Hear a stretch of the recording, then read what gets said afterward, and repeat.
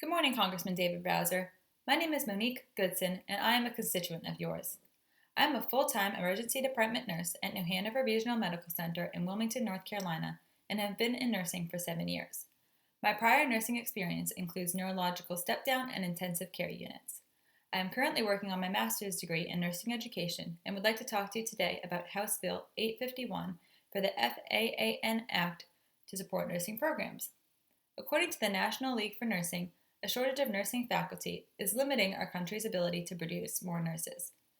Nursing programs are having to turn away increasing quantities of qualified applicants due to limited capacity, despite a need for more nurses.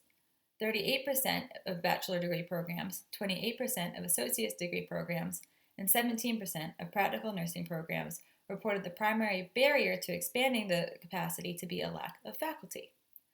Master's and doctorate level nursing programs are also becoming increasingly competitive with limited capacity, producing less graduates qualified to enter into the faculty role. This trend, along with a high percentage of nurse educators reaching retirement age, necessitates funding to support schools of nursing. With the assistance of this bill, the quantity of both faculty and students could be increased to meet the demands of our communities. Nurses are essential to community health. Their role spans across settings such as home health, school nursing, mental health, emergency medicine, and intensive care.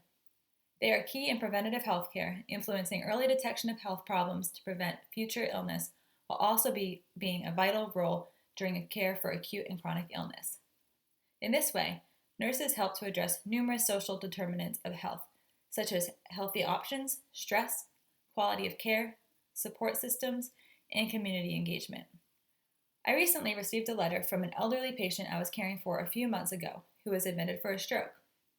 That day, I was training a nursing student who was also very active in her care. The patient's symptoms brought her from the community to the emergency department to our stroke unit and rehabilitation center before she ultimately went back home. She wrote that despite how scary this experience was for her, all of the nurses made her feel at ease and made one of the worst times of her life so much more bearable. She then mentioned the student specifically and how happy she was to see a new young nurse being trained to be so attentive, patient, and compassionate. Passage of this bill and funding for nursing programs could help educational institutions hire and produce more qualified nurse educators. According to the National League for Nursing, compensation for nurse educators remains lower than similarly ranked faculty in other fields. For example, professors in nursing education have salaries 45% lower than non-nursing professors within the same educational institution.